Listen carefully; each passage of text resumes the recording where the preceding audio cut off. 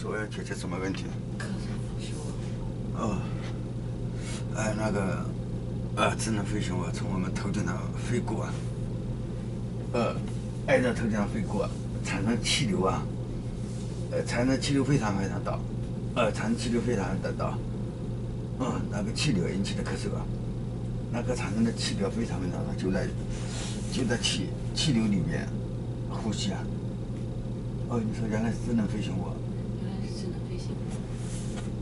你说我让到侧面去。我让到侧面去。这个就相当于一让了几百公里啊。让到侧面去啊。这样就避开啊，让到侧面去了啊。行了。